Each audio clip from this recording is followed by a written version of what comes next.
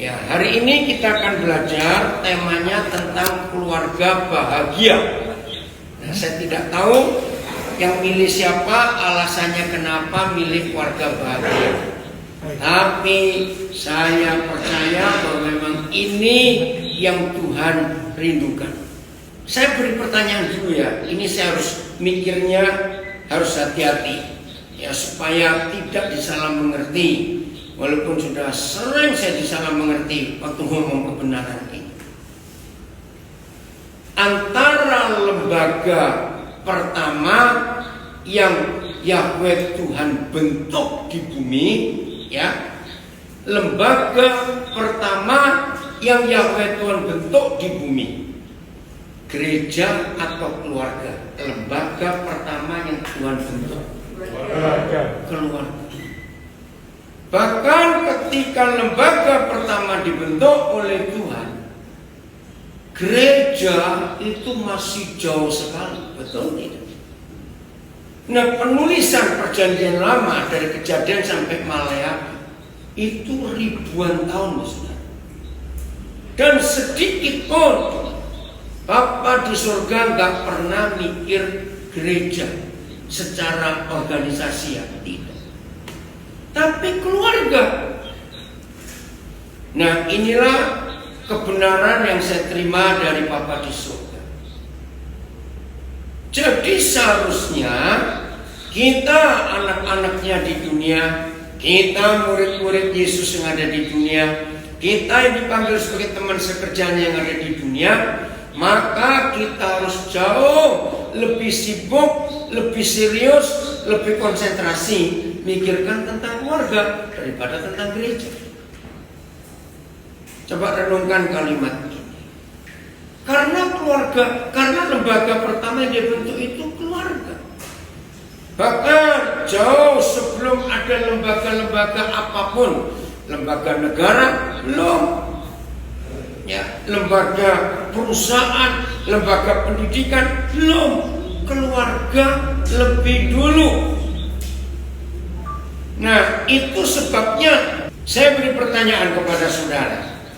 Lembaga pertama yang Tuhan bentuk setelah manusia dia jadikan, itu adalah lembaga keluarga, bukan gereja. Gereja justru jauh setelah lembaga pertama Tuhan bentuk, yaitu keluarga. Nah, seharusnya kita anak-anak Bapa di surga, murid-murid Tuhan Yesus, rekan-rekan sekerja Kristus, seharusnya kita itu harus konsentrasi, harus fokus, harus serius untuk mikirkan keluarga daripada memikirkan gereja. Ini serius. Karena lembaga pertama yang terbentuk ya keluarga itu. Bayangkan berapa ribu tahun kemudian baru Tuhan bicara tentang gereja. Itu pun sebetulnya Tuhan tidak mikir tentang institusi rumah tangga, bukan itu. Ya, bedakan antara institusi dengan otoritas. Itu beda. Keluarga harus disahkan oleh institusi, yaitu agama dengan negara. Maka itu ada catatan sipil. Nah, itu institusinya. Nah, dengan institusi keluarga, karena berbadan hukum, ada surat nikah, maka kalau mereka melahirkan anak-anak, maka anak-anak otomatis punya akte lahir. Nah, saudara pernah sadar nggak? Kalau ada dua orang disebut suami istri melahirkan anak-anak, tetapi tidak punya institusi, nggak ada legal, nggak ada surat nikah, status anak-anak itu bagaimana? Nggak ada hukum. Bahkan di Indonesia ada kasihan anak itu lahir di luar nikah, Itu kalau anak baca surat itu nggak enak betul. Kasihan anaknya. Nah, ini institusi. Tetapi di balik institusi ada otoritas. Nah, bedakan ini. Otoritas itu memang harus ada karena ada institusi, ada yang mengesahkan. Tapi ternyata hanya institusi tetapi tidak berfungsi, maka institusi itu tidak punya otoritas walaupun punya legalitas. Saya harap kalau saudara ngerti poin ini, maka saya akan tanya kepada saudara.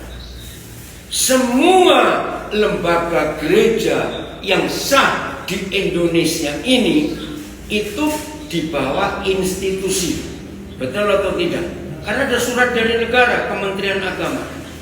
Tetapi pertanyaan saya, apakah semua institusi legalitas gereja yang legal itu punya otoritas? Ngerti nggak pertanyaan saya? Jawabannya belum tentu. Nah, ini yang kita harus bedakan. Maaf, secara pelayanan, ya, baru kalau saudara dengar mungkin kaget. Kapan ya Dok kita ngurus soal institusi itu? Ya, kapan itu? Kapan? Belum sebulan ya atau sudah sebulan? Bayangkan. Padahal saya sudah melayani 49 tahun, 2 bulan lagi. Secara institusi gereja saya nggak punya. Karena memang dari dulu saya nggak punya surat kependetaan. Tetapi secara otoritas, maaf bagi saudara yang sudah kenal saya lama, dalam pelayanan kegerejaan, menurut saudara saya punya otoritas nggak? Jelas, karena banyak orang dipulihkan. Maaf, saya cuma cerita. Jadi secara institusi baru berapa minggu yang lalu, belum sebulan, saya punya. Nah, ngerti nggak perbedaan ini? Nah, begitu pula keluarga. Walaupun semua pernikahan punya surat nikah, akte nikah, catatan sipil, belum tentu keluarga itu punya otoritas. Maafkan saya, supaya semuanya kita tahu. Bagi anak-anak yang belum menikah, kalian catat. Nah, otoritas di dalam keluarga itu dinilai dengan satu hal saja. Siapa yang berkuasa di tengah-tengah keluarga itu? Perhatikan, siapa yang berkuasa di tengah-tengah keluarga itu?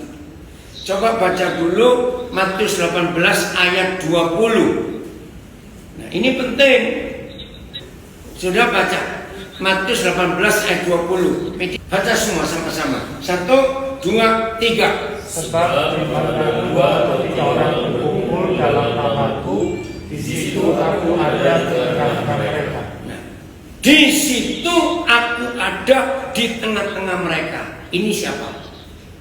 Loh, di situ aku ada di tengah-tengah mereka. Itu siapa? Tuhan Yesus Kristus. Nah, terjemahan yang betul. Di mana ada 2 orang berkumpul dalam namaku. Nah, 2 orang di ayat 19, ayat 20 adalah 2 orang di ayat 19. Sekarang baca ayat 19-nya. 1, Matius 18. Masih Matius 18. 1, 2, 3.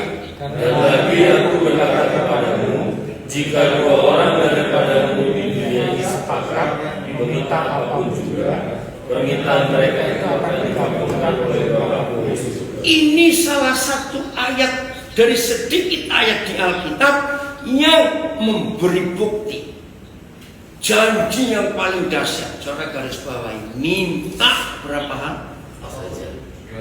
Apapun juga. Permintaannya apa di surga kabul. Nah, ternyata tidak asal 2 orang, tapi 2 orang yang membuat kesepakatan. Coba renungkan.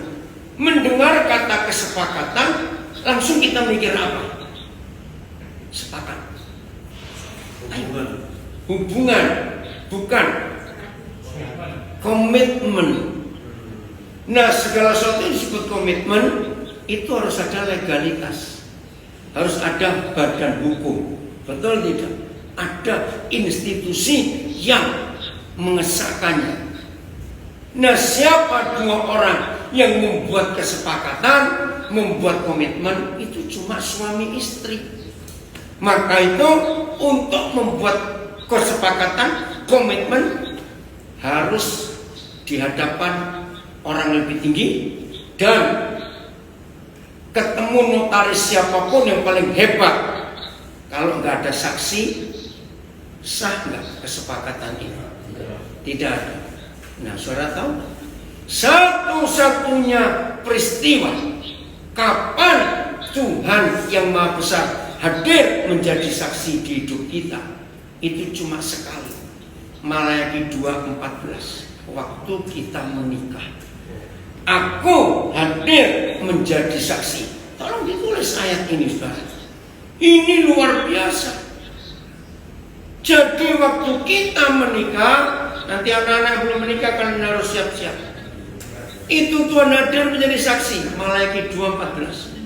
Nah, tidak ada ayat lain di seluruh Alkitab yang memberitahu kapan dia hadir menjadi saksi. Hanya itu.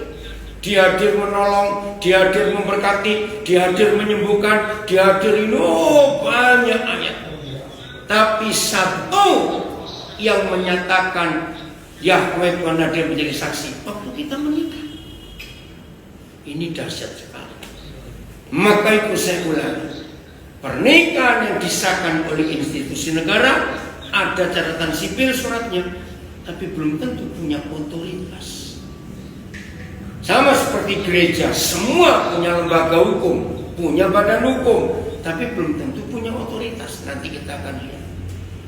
Nah, dua orang yang sepakat di ayat 19 Matius 18 itu adalah siapa dua orang itu? Suami istri. Nah, saya baca begini ayat 20-nya Matius 18. Sebab di mana ada dua orang, siapa dua orang itu? Suami istri. Dan orang-orang ketiga, itu terjemahan yang betul. Siapa orang-orang ketiga dari dua orang yang berkumpul pertama? Saudara, ini dahsyat. Disitulah aku ada di tengah-tengah mereka. Maaf, hampir semua gereja menyalahgunakan Matius 18 ayat 20 dengan cara, kalau mulai ibadah, baik ibadah gereja, ibadah rumah tangga, saudara, kalau 2-3 orang kumpul aja dalam nama Yesus hadir, apalagi kita lebih. Pernah dengar gak kalimatnya? Ternyata itu salah. Nah, itu salah.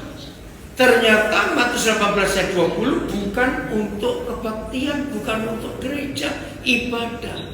Itu keluarga. Luar biasa Tuhan kita. Nah, kalau semua keluarga selalu ada Yesus Raja segala Raja di tengah-tengah keluarga itu, saya ada 3 pertanyaan. Pertanyaan yang pertama, kira-kira keluarga yang ada Yesus Kristus di tengah-tengah mereka, setan bisa masuk? Nah, ini yang saya katakan tadi. Otoritas keluarga itu tidak ditentukan menikah dengan siapa. Oh, mentang-mentang anaknya presiden, maka keluargamu punya otoritas. Tidak. Otoritas keluarga itu ditentukan siapa yang ada di tengah-tengah keluarga itu. Coba, selain Yesus bisa nggak yang lain masuk di tengah-tengah keluarga itu? Sangat bisa. Nah, ini loh saudara. Nah, Yesus Tuhan ada di tengah-tengah keluarga, itu kuncinya cuma satu, sepakat. Suami istri yang sepakat. Tadi pagi kami ngomong, ya saya yang bicara nggak ikut di sini. Wah, kalau gitu membuat kesatuan suami istri itu sulit. Memang. Kenapa sulit? Karena iblis tahu. Kalau dua orang ini selalu sepakat, minta apapun juga, permintaan mereka pasti dikabulkan oleh Bapa di surga. Pertanyaannya, berarti akankah ada keluarga yang punya masalah nggak selesai-selesai? Nggak ada.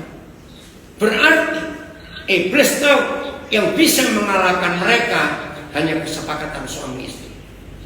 Nah, sebelum yang bisa mengalahkan mereka mengalahkan setan, setan kalahkan dulu yang bisa mengalahkan mereka. Caranya bagaimana? Membuat tidak sepakat. Dan itu gampang sekali. Bukan yang rajin doa, bukan yang rajin baca Alkitab, bukan yang rajin ke gereja, bukan. Kesepakatan. Saya beri pertanyaan. Kesepakatan suami istri itu bisa dilihat waktu mereka di luar rumah atau tidak? Ayo, kesepakatan suami istri bisa dilihat waktu dua orang itu di luar rumah atau tidak? Dalam rumah. Iya, makanya pertanyaan saya, kesepakatan dua orang itu bisa dilihat waktu suami istri di luar rumah atau tidak? Tidak, karena di luar rumah itu sandiwara. Loh, betul tidak? Loh, lihat toh? Di rumah itu baru kan kelihatan. Nah, ini ngeri setan itu. Maka itu hal kedua dari yang tiga saya mau katakan. Apa yang terjadi pada suami istri yang Senin, Selasa, Rabu, Kamis, Jumat, Sabtu sepakat, harmonis, bahagia di rumah, berarti yang tinggal di tengah-tengah keluarga itu siapa tadi? Tuhan Yesus. Bayangkan keluarga-keluarga ini hari Minggu ibadah. Yang dibawa siapa? Yang ikut ke ibadah siapa? Tuhan Yesus. Di situ suasana ibadah Minggu pasti surga. Karena masing-masing bawa raja segala raja. Saya balik. Jangan ada yang tersinggung, jangan ada yang tertawa supaya nggak ketahuan. Bayangkan kalau Senin aman di rumah, Selasa ribut, Rabu aman sedikit, Kamis perang, Jumat gencatan senjata, Sabtu sudah bengkak-bengkak, Minggu ke gereja. Ngerti? Siapa yang dibawa? Nah itu dia. Karena cuma ada satu di antara dua. Kalau bukan Tuhan Yesus di tengah-tengah keluarga kita, berarti siapa yang di situ? Iblis. Karena cuma satu di antara dua. Ini loh otoritas rumah tangga itu. Wih, saudara, dahsyat sekali. Nah, saya punya pertanyaan dengan dua ayat ini saja. Ya, ini yang ketiga. Dari kehebatan kesepakatan suami istri. Setelah kita tahu dua ayat ini, Matius 18 ayat 19 dan 20. Jujur jawab, ini saya minta semuanya jawab. Ternyata kita lebih mudah mengusir setan atau mengusir Yesus dari tengah-tengah keluarga kita. Ini pertanyaan jahat sekali, saudara. Ayo, kita lebih mudah mengusir siapa? Kurang ajar enggak? Tuhan Yesus lebih mudah terusir. Ketika kita bagaimana suami istri? Enggak sepakat. Apa itu bentuk ketidaksepakatan? Tolong dicatat. Bentuk ketidaksepakatan suami istri bukan rajin perang, rajin gebuk-gebukan, enggak perang, enggak gebuk-gebukan, enggak bentak-bentakan. Catat, jengkel. Betul? Jengkel. Oke, gini aja tanyanya kecil. Maksud si jengkel aja salah?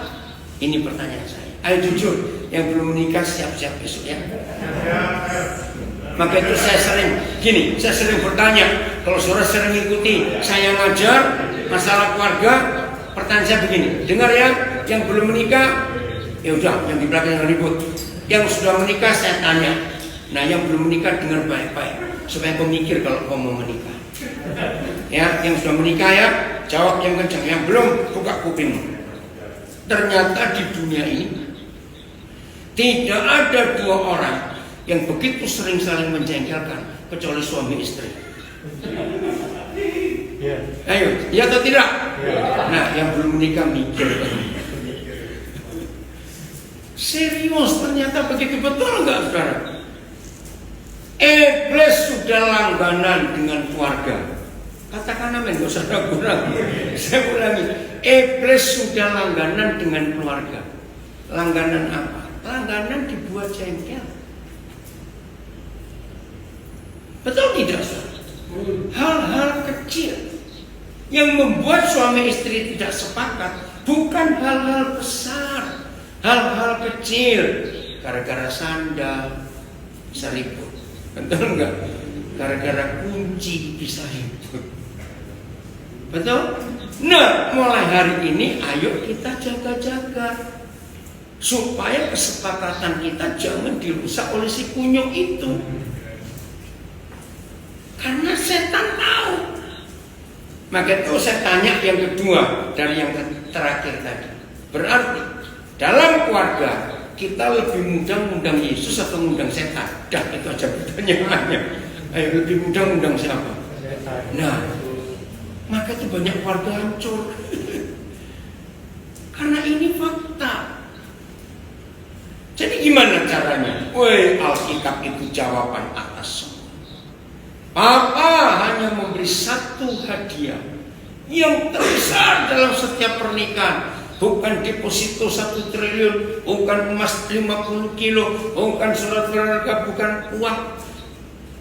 Harta yang paling berharga yang Papa sediakan buat pernikahan kita cuma satu. Tolong catat, mengampuni. Itu luar biasa. Nah, ini yang selalu menjadi incaran setan dalam keluarga. Setan gak curi yang lain-lain dulu. Begitu pengampunan diambil iblis, dicuri oleh si pencuri. Renungkan, jadi apa keluarga itu kalau gak ada pengampunan? Jadi neraka. Maka itu Matius 18, 19, 20 itu, wih, saya kagum betul ada firman seperti ini. Mengampuni. Sering orang bertanya gini pada saya, iya, nah, tapi kalau dua-dua, nah jangan. Yang sehat, bahasa Jawa yang waras ngalah. Ngerti enggak? Nah, dari dua orang itu harus ditemukan yang sehat siapa? Nah, begitu ditemukan yang sehat, maka yang sehat ini menggunakan kuasa pengampunan. Sehingga ketika yang satu terus nyakiti, begitu nyakitin, ampun, nyakitin, ampun. Lama-lama setan enek enggak? Tinggal di situ. Loh, jawab, setan enek enggak lama-lama? Nah, mengapa setan seringkali enggak keluar-keluar dari keluarga kita? Karena yang sehat ini sering gak sehat jadinya. Nah, bayangkan dalam keluarga itu dua-dua gak sehat. Maka anak-anak tinggal di rumah sakit karena dua orang sakit. Ngerti gak ilustrasi ini sekarang? Maka itu tolong yang sehat. Nah, seringkali yang sehat ini gak bisa terima. Karena setan memakai yang gak sehat itu, rasanya kayak apa? Apalagi kalau istri yang dipakai setan. Nginjek suami itu nggak tanggung-tanggung, betul atau salah? Tapi tolong kuatkan suami untuk tetap berdiri teguh sebagai kepala dan otoritas pengampunan pegang.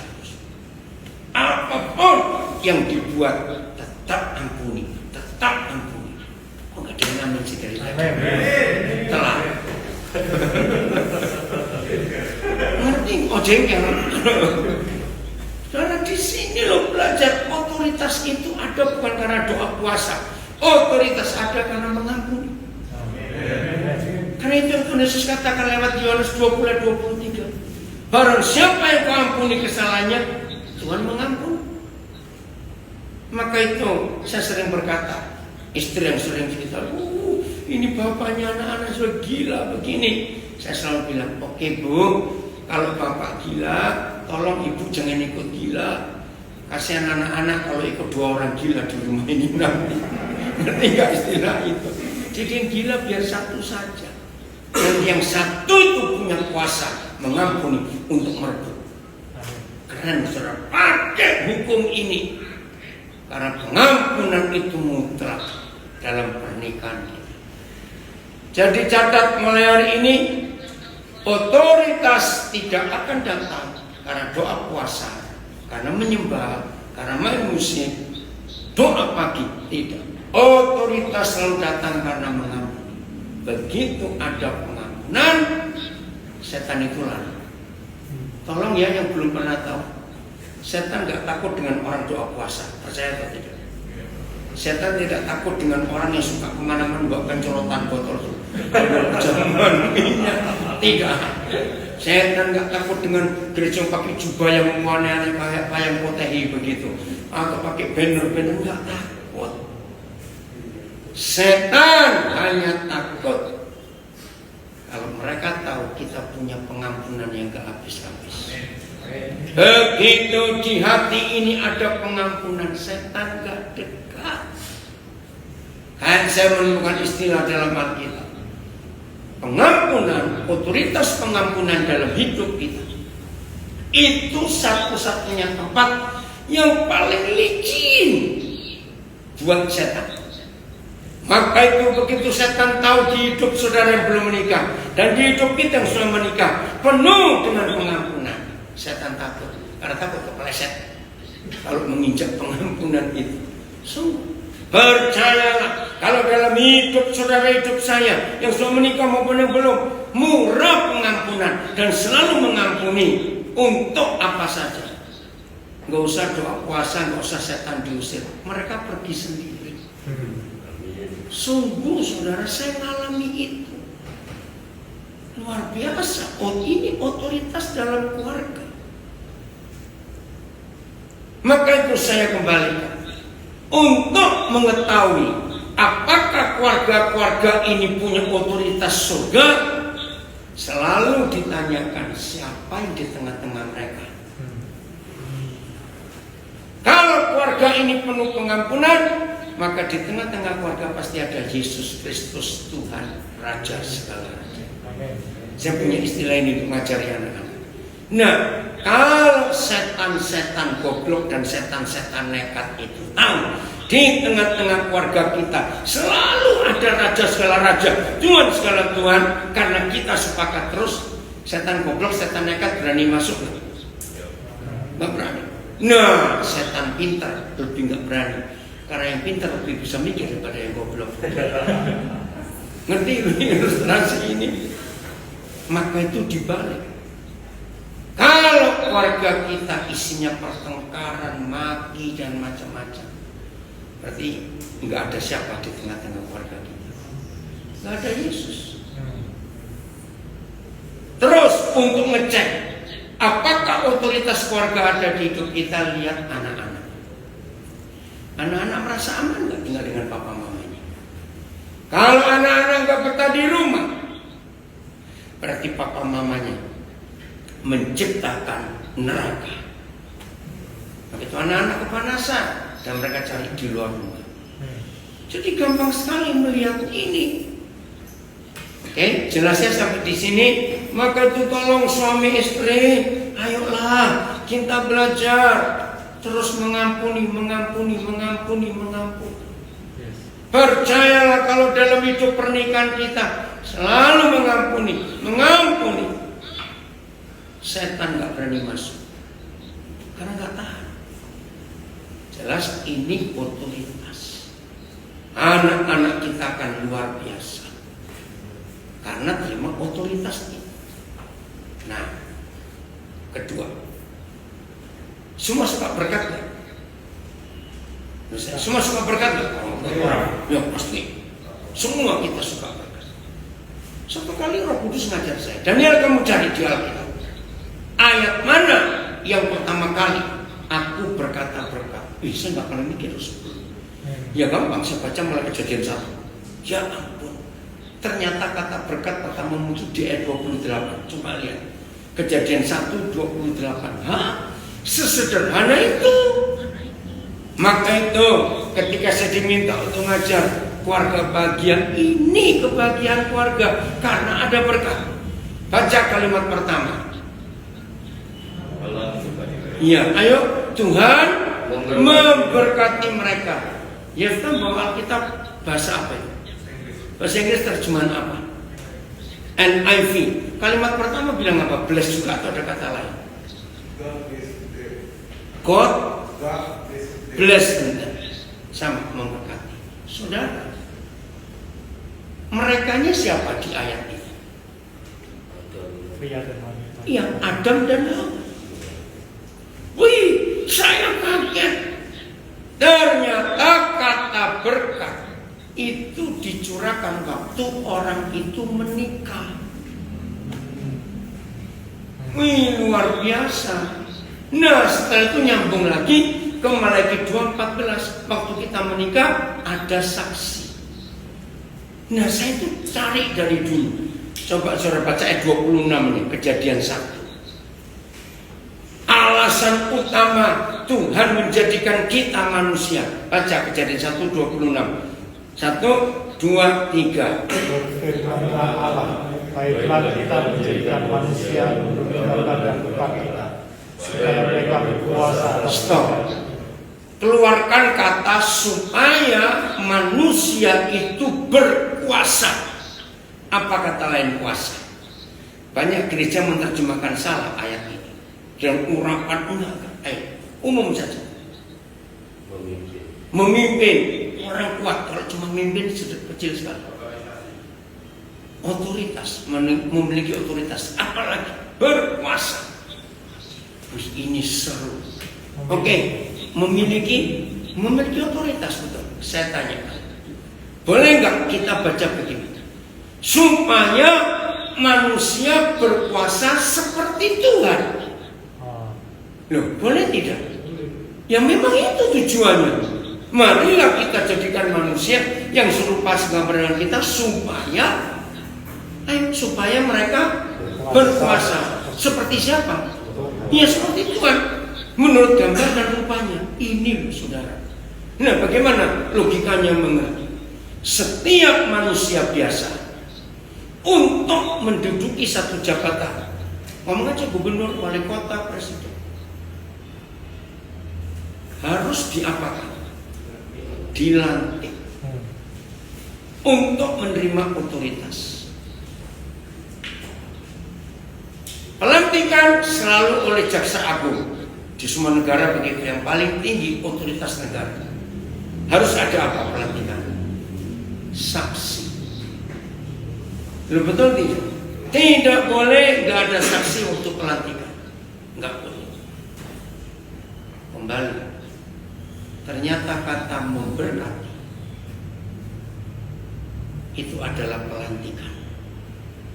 Dan untuk mengesahkan pelantikan itu harus ada saksi. Siapa saksinya tadi? Itu loh, Malaikat 2:14. Tuhan sendiri jadi saksi. Wih, di situ saya melihat luar biasa. Pantas Tuhan ingin supaya kita ini punya otoritas, kita harus dilantik. Ternyata pernikahan itu pelantikan. Enggak sekedar berkat, enggak. Terus ini dahsyat sekali.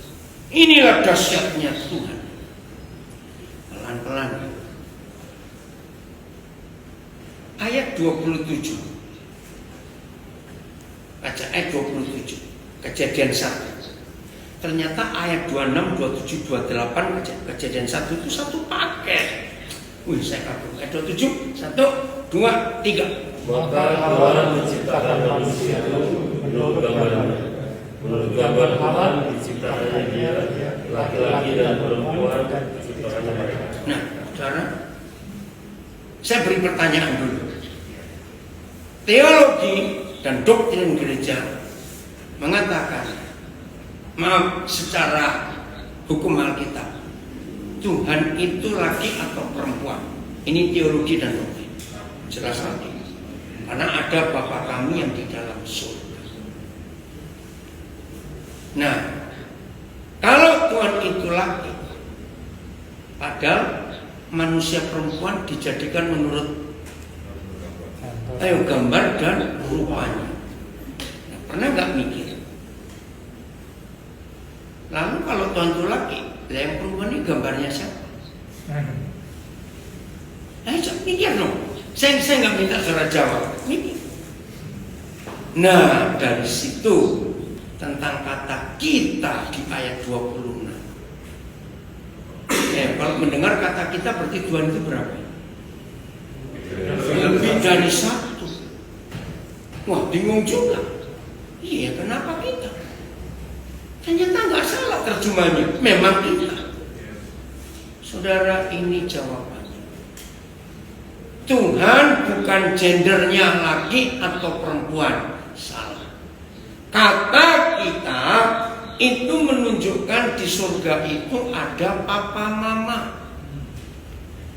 Untuk menggambarkan papa di dunia, maka Tuhan ciptakan laki-laki. Untuk menggambarkan mama di dunia, maka Tuhan jadikan perempuan. Nah, laki dan perempuan tidak akan sah jadi papa mama kalau mereka tidak, ayo masyarakat, tidak menikah. Maka itu ayat 27 menjadi lengkap karena ada ayat 28. Baca lagi ayat 28. Dan Tuhan ngapain? Memberkati mereka, lalu firman-Nya beranak cuculah. Nah, kalau beranak cucu harus jadi papa dan mama. Wih, saya kaget. Jadi kata kita di ayat 26, ternyata di surga itu ada papa mama. Bukan laki perempuan, papa mama. Ayo kita sekarang, ya. Kalau suami istri lagi berdua, anak-anak nggak ada, siapa-siapa nggak ada. Dua orang ini kalau bicara berdua, kata ganti orangnya apa? Kita. Menangkap nggak salah? Kehebatan kejadian 1, 26, 27, 28. Jadi urutannya, hukumnya harus jadi suami istri lebih dulu. Itulah berkat pelantikan. Baru jadi papa mama. Nah, setan merusak ini. Seks dulu sebelum nikah. Ada yang hamil duluan. Jadi dirusak hukum ini. Jadi papa mama dulu, baru jadi suami istri. Nggak bisa. Tolong gereja sampaikan kebenaran ini. Dengan ayat yang dibalik ini, setan berhasil merusak otoritas keluarga. Apa lawan katanya berkat? Wih, mari. Ternyata pintu berkat dan pintu kutuk itu satu. Pernikahan. Pernikahan yang benar pasti berkat. Pernikahan yang salah pasti kutuk. Saya syok waktu dapat ini. Ngeri sekali. Maka itu anak-anak, kalian jaga diri kalian supaya tidak salah. Maka itu kenapa ada kejadian 2:18? Coba lihat. Kenapa Tuhan kok ngurusin yang enggak? Itu pertama kali saya belajar kejadian 2:18. Masa ini aja diurusin Tuhan? Masa manusia nggak bisa cari sendiri?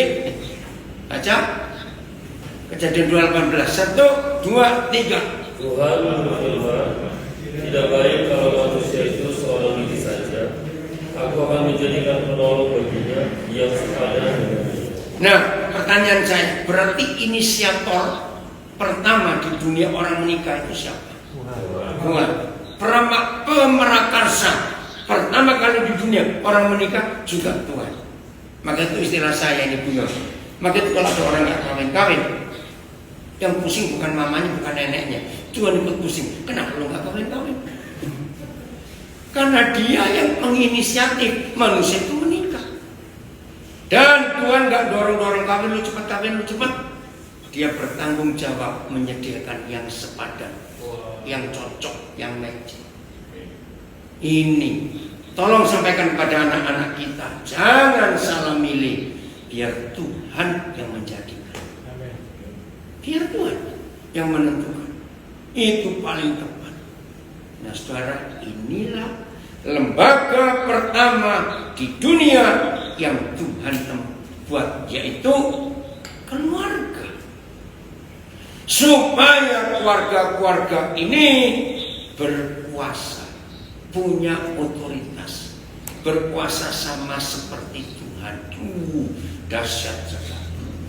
Nah sekarang dari penjelasan ini, saudara makin yakin pantas yang paling dibenci oleh setan bukan gereja, bukan sekolah teologi, tapi keluarga.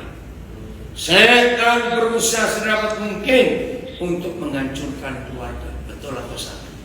Sedapat mungkin, karena mereka tahu yang bisa mengalahkan mereka cuma keluarga yang benar.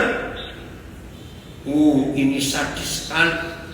Jadi hari ini kita harus tahu. Oke, saya kembali sebentar. Akhirnya saya tanya, apa mana ayatnya yang mengatakan Tuhan itu juga mama?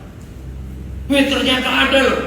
Coba saudara buka Ulangan 32:18. Ini luar biasa. Ulangan 32 ayat 18. Ternyata Tuhan juga mama. Jadi bukan wanita yang. Ulangan 32 ayat 18. Ayo baca semua. 1, 2, 3. Gunung batu yang Memperanakan. Nah, Musa memanggil Yahweh Tuhan itu gunung batu. Nah, kalau Tuhan itu memperanakan, dia papa atau mama? Mama. Terus yang telah kau lalaikan. Lanjut. Kau telah kau lupakan siapa? Tuhan yang melahirkan engkau. Nah, inilah firman yang memberitahu kita ternyata Tuhan itu mama. Dan ini sungguh luar biasa. Loh, tapi kenapa kok nggak boleh dipanggil doa Bapa kami dengan Ibu kami dalam surga? Nah, ini hukum pernikahan internasional. Ya, ini cuma penjelasan supaya lebih mudah dicerna. Dalam hukum internasional, sebagus-bagusnya nama seorang anak perempuan, begitu menikah, maka namanya habis atau masih ada? Habis, disebut nyonya siapa? Ngerti? Karena apa? Karena seorang gadis kalau menikah, dia potong kepala. Nah, ternyata yang punya nama itu bukan badan, tapi kepala. Apa buktinya? Coba, saudara punya pas foto, atau pas foto ya, yang cuma setengah badan, gunting kepalanya, tunjukkan ke anak-anak, ke teman, ini fotonya siapa? Nanti nggak ilustrasi? Orang bisa tahu nggak? Enggak, karena nggak ada kepalanya, nggak ada identitasnya. Wih, keren sekali. Maka itu kepala gereja siapa? Tuhan Yesus. Karena dia mempelai laki-laki, kita mempelai perempuan. Dan setan berhasil membuat Yesus nggak jadi suami. Karena gereja masing-masing punya suami, sinodenya itu. Loh, betul tidak? Sinodenya itu suami. Contoh, nah ini ada Ibu Ari. Iya, jadi dipanggil Ari, siapa nama lengkapnya? Arianto. Arianto? Wirya Kusuma. Iria Kusma. Wirya Kusuma. Oh, Wirya Kusma. Nah, nama kecil siapa sebelum menikah? Iya, Syuding. Nah, bayangkan, Syuding suaminya masih hidup. Arianto Wirya Kusuma. Mungkin nggak? Tahu-tahu di balik papan ini Syuding nyebut Nyonya Anton siapa? Nama Anton siapa? Gunawan, maaf yang cuma contoh. Orang mikir apa terhadap Syuding? istrinya Pak Anton. Berzina. Ya. Suaminya masih hidup, kok disebut nama suami orang lain? Ini rahasia yang saya terima. Saudara dan saya tidak boleh bangga dengan sinode kita, sebab kita tetap mempelai Yesus, dan harus disebut Nyonya Yesus. Bukan Nyonya Mawar sama, Nyonya Katolik, Nyonya GPD, Nyonya Protestan, Nyonya Baptis. Ini bisa. Nyonya PKN itu rusak semua. Maka itu saya bisa katakan, Banyak keluarga masih punya lembaga institusi karena surat nikahnya masih ada. Tapi belum tentu punya otoritas kalau suami istri ini nggak harmonis. Begitu pula gereja punya legalitas, badan hukum ada, tapi belum tentu punya otoritas. Ketika gereja tidak bangga disebut dengan nama suaminya. Ini pengertian yang sangat saya kagumi dari Roh Kudus ini. Ya coba renungkan dalam hidup pernikahan kita. Ya silakan. Pertanyaan klasik itu kan bagaimana kita bisa tahu kalau itu jodoh yang Tuhan kasih. Oke, pertanyaan klasik. Pertanyaan, bagaimana jodoh tahu itu dari Tuhan? Gampang. Nah, anak-anak muda, jangan milih pakai mata.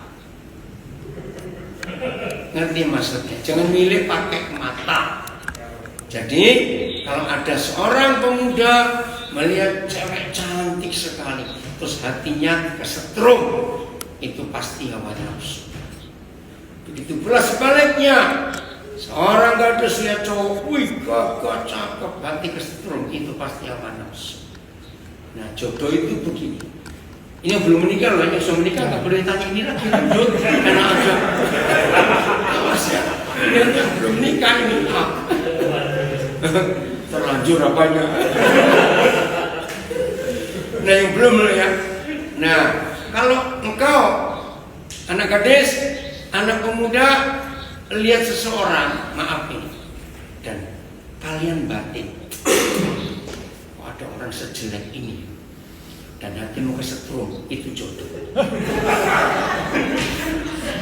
Iya,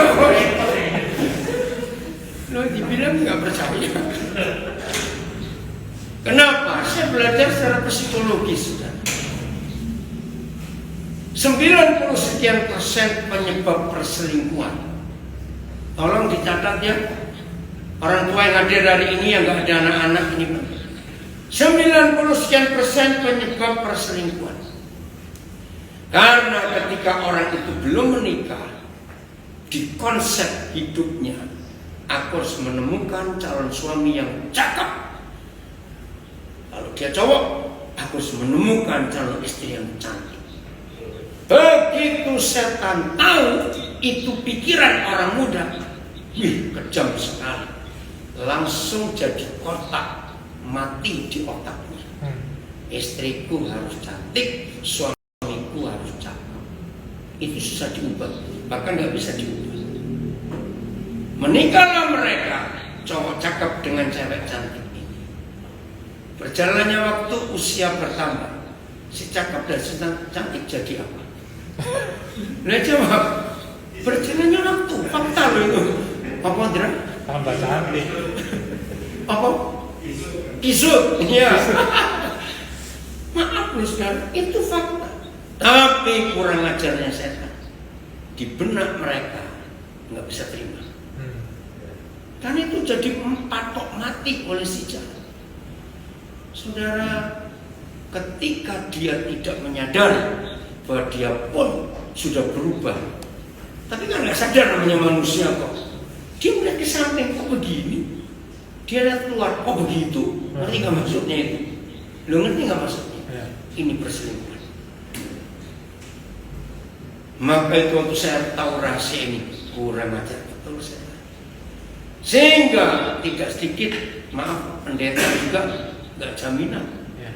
Kalau waktu mereka masih muda, walaupun pendeta, kalau pikirannya begitu, setan masuk, nggak terima, nggak puas. Artinya, jadi anak-anak belum menikah, awas kamu milih jodohmu pakai matamu, saya colok kamu.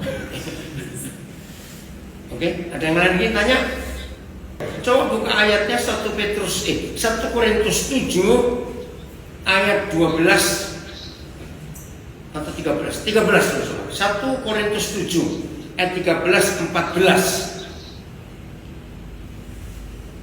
Silakan dibaca. Jadi bagaimana kalau ada yang tidak seiman? Nah, Maka itu jangan, yang belum menikah ya, jangan coba-coba menikah dengan tidak seiman. Itu neraka betul. Ya, sekarang kalau sudah terjadi, ya silakan baca semua. 1, 2, 3. Dan kalau ada seorang istri disuamikan seorang yang tidak beriman, Ya. dan laki-laki itu mau hidup bersama-sama dengan dia, janganlah ia menceraikan laki-laki. 1 Korintus 7 ayat 13. Ya, janganlah ia menceraikan laki-laki. Oke, ayat 14. Karena suami yang tidak beriman itu dikuduskan oleh istrinya, dan istri yang tidak beriman itu dikuduskan oleh suaminya. Nah, jadi kalau ada satu yang nggak beriman, maka yang beriman harus berjuang untuk menarik pasangannya. Ini hukum. Kenapa? Betul, Isa ngalami. Nah, harus. Ya, dia keras loh, dia begini. Oke, saya pakai logika. Tuhan Yesus berkata kita ini garam dunia. Betul?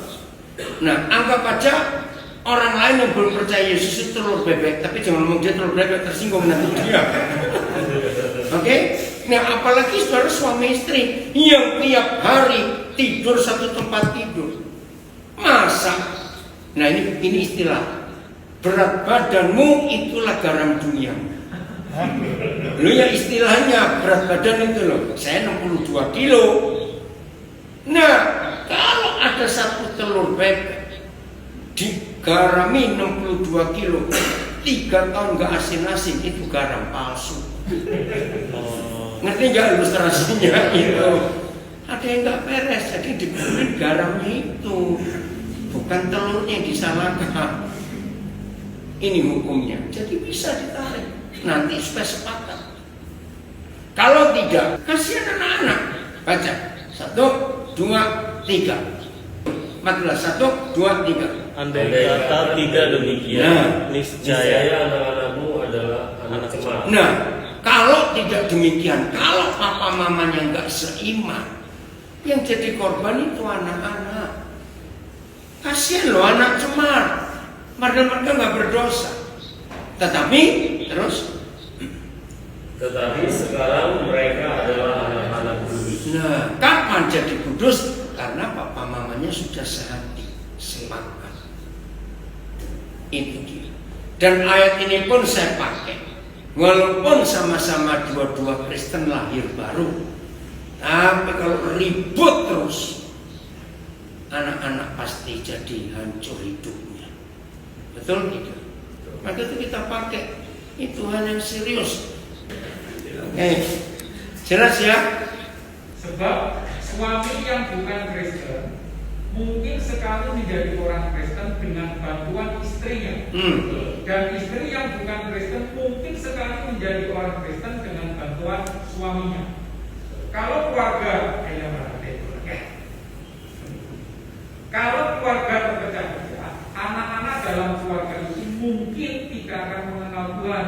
Tetapi keluarga yang tetap utuh mungkin sekali dengan rencana Tuhan mendatangkan keselamatan bagi anak-anak. Luar biasa.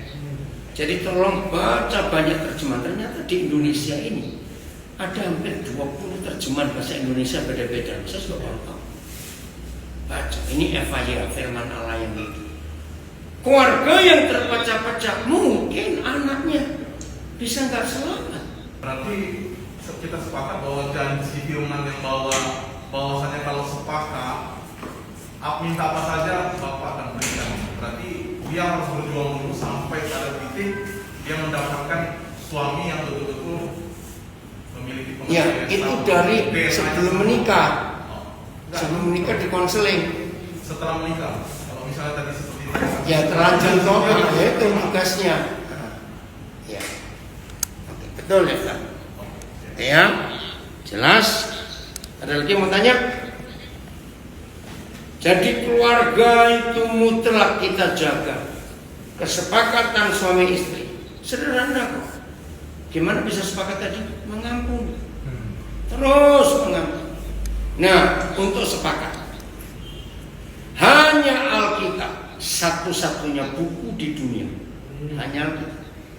Tidak ada buku lain yang memberitahukan begitu seorang laki-laki menikah, sah, diberkati, dilantik, diwisuda, langsung potong badan, dia tinggal kepalanya. Seorang gadis begitu sah menjadi istri, maka dia potong kepala. Maka kepalanya si laki ditempelkan ke badannya perempuan, lalu kepalanya perempuan ditempelkan ke badan laki, dan itu yang dikubur. Nah, ini kesepakatan. Satu kepala, satu badan.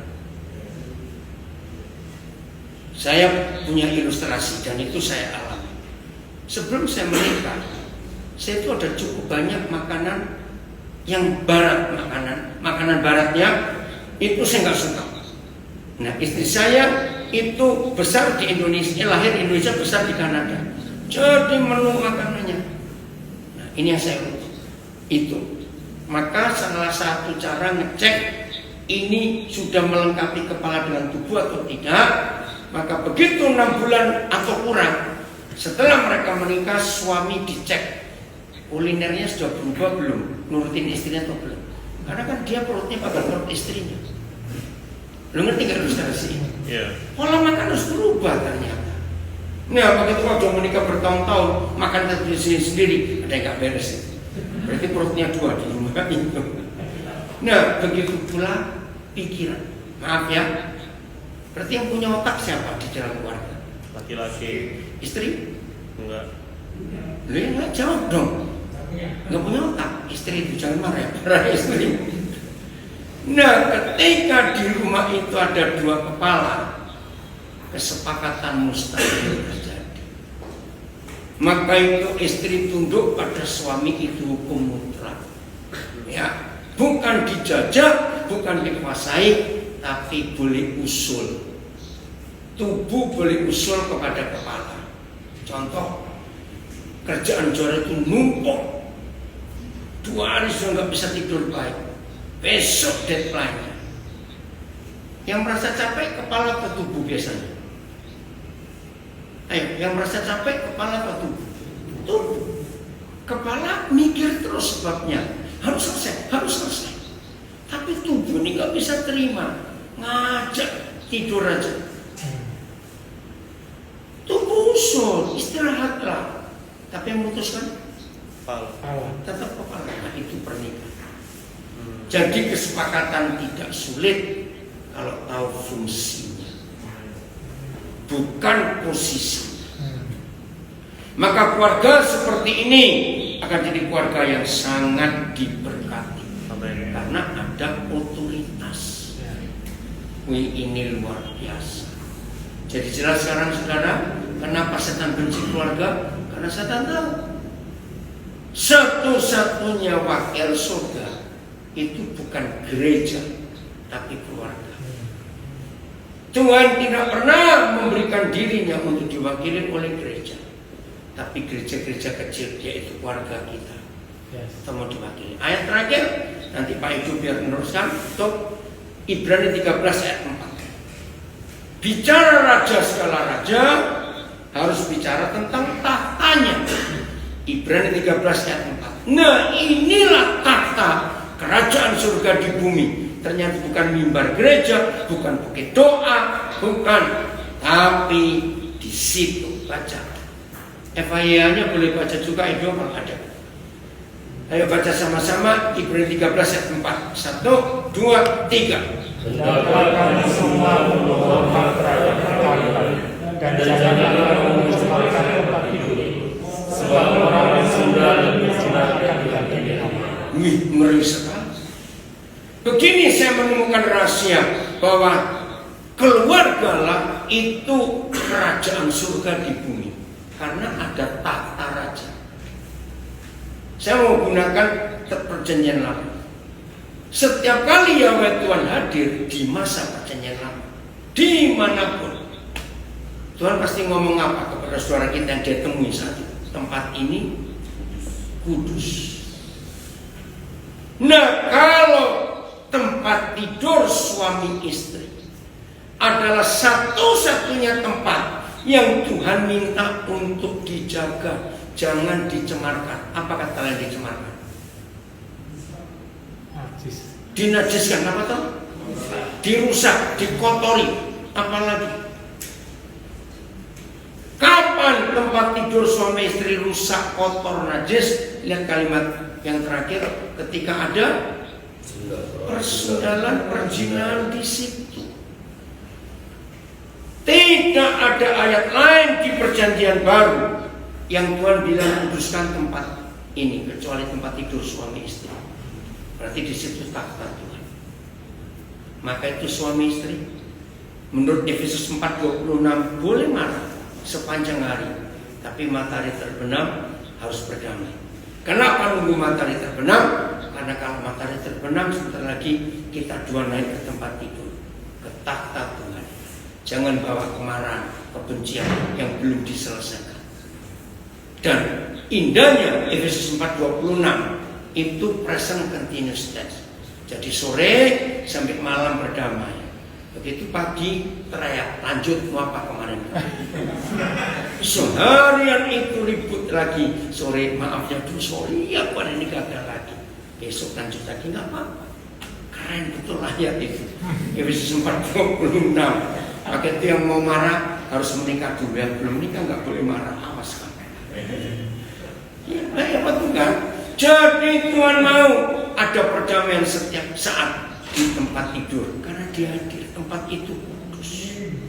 Saudara, tidak ada negara di dunia yang pemerintahnya sempat buat sensus tempat tidur rakyatnya. Itu pemerintah nganggur nih.